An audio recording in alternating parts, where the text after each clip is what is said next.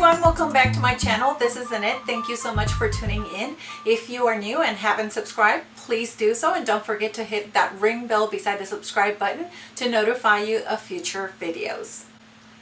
Well, today I bring you a second video on the series Jewelry Making 101. Now this video is very specific because when we start creating jewelry, we always think, oh, I'm going to create this piece and it's going to have a pendant and it's going to have these types of beads and it's going to look gorgeous. And then you create it, you finish doing it, and then when you put it on, it's not sitting properly. Now that is the worst feeling ever. You spend all this time creating this piece of jewelry, and when you put it on, it's not sitting where it should sit. Well, this is because you have to pay attention to the sizes of the different necklaces you are able to create. And the first thing you do when you're designing a necklace is know the size, know your audience. Are you creating this for a woman? Are you creating this for a man? Those things are so important because the necklace sizes are different. They're named different.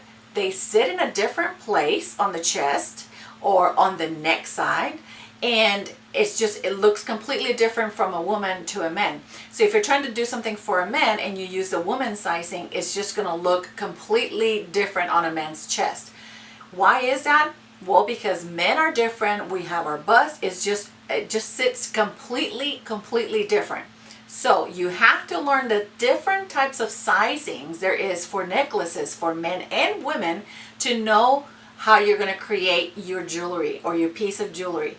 At the same time, it helps you because you are going to know how many pieces of bead you're going to need, or all the materials that you're going to need, or if you're short on materials and you need extras, or if you have way too much and you're not doing it right. So you have to always start by knowing the sizing of the actual necklace that you're going to create. And today we are going to cover that.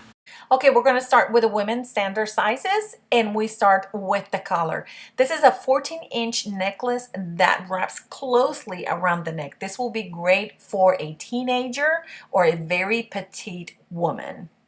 The next size we have is called the choker. It's a 16-inch necklace that will wrap loosely around the neck, and it sits right there at that collarbone.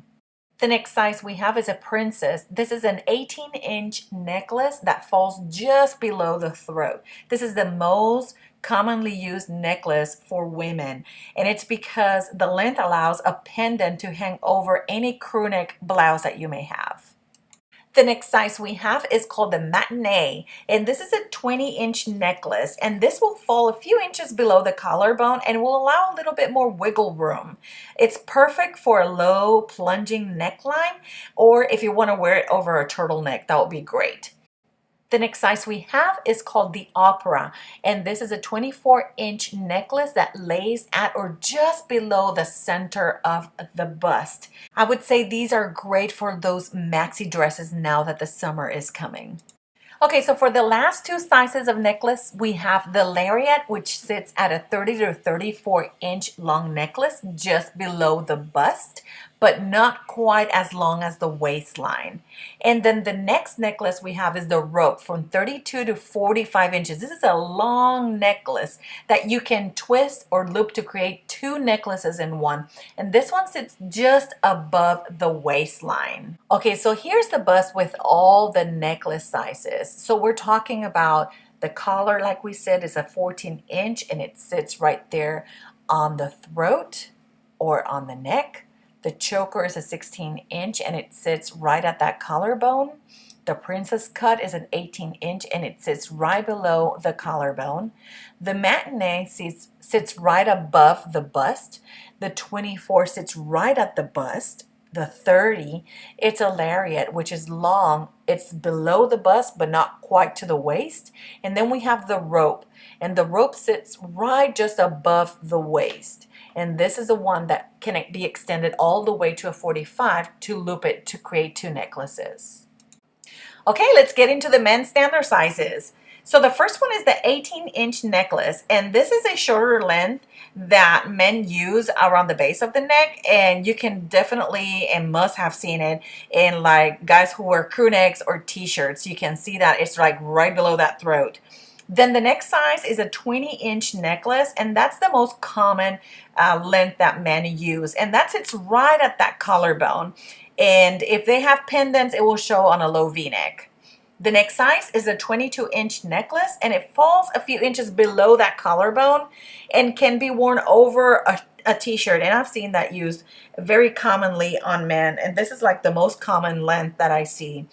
Now the last one is a 24-inch necklace, and it's like an extra long, and it's commonly used to keep like religious or meaningful pendants under the shirt, like close to their hearts. So it falls like above the sternum, just so you can have an idea.